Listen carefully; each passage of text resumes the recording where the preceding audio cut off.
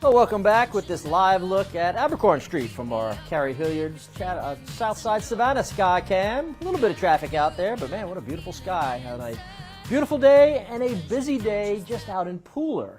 The National Museum, the Mighty 8th Air Force, is once again hosting a Memorial Day display to recognize those who gave their lives for our country.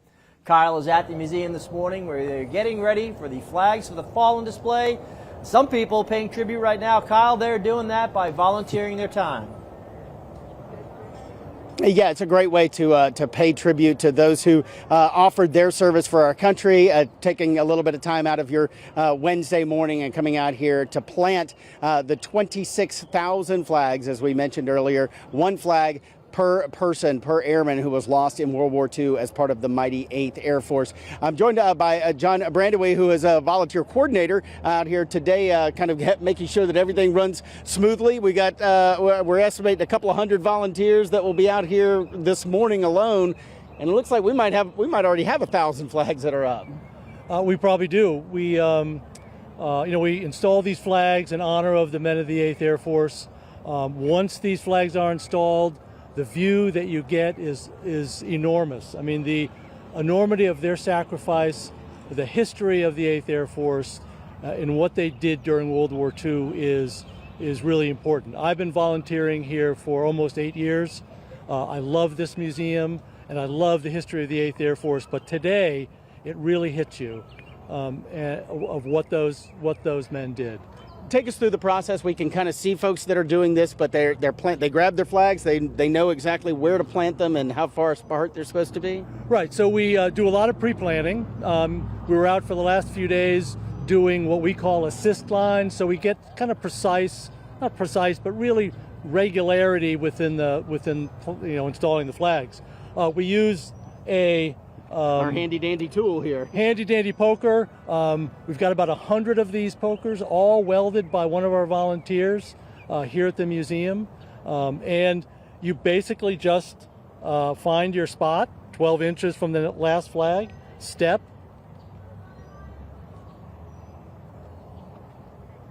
and then I'll take this flag. We got one coming here. And we'll plant it right here.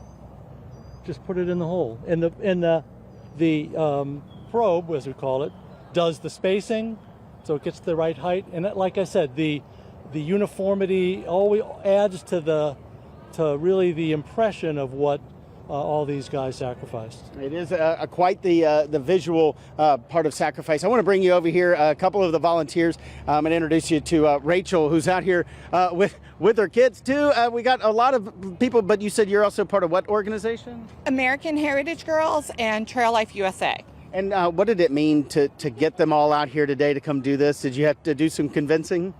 No. We do a lot of service in our community, especially through Compassion Christian. They're our sponsor church, so we believe in giving back to those in our community and just helping where needed.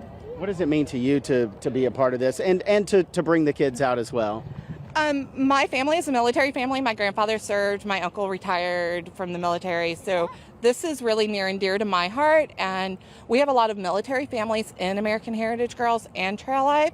So this is really just a special thing for us. We've got a lot of military veterans, military families who are part of this, different organizations. And I want to introduce another veteran over here, Trevor, who is in the Navy, but joining in with the Air Force today. What did it mean to you to come out and be a part?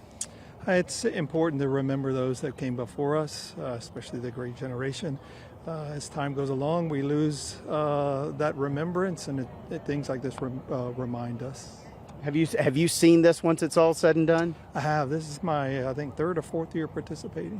What is it like when you walk out? I mean, for those who have never seen it, how can you describe what it looks like once all 26,000 are in? It'll give you the chills, most definitely, especially when they announce the names over and over on the loop. It's quite astonishing to see.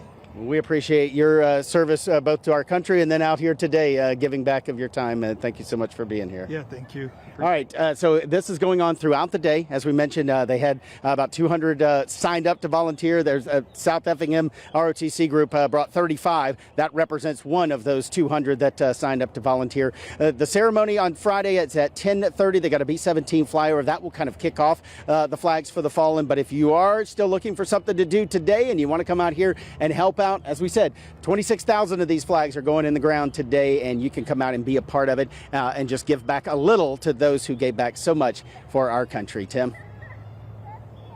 Thanks, Kyle.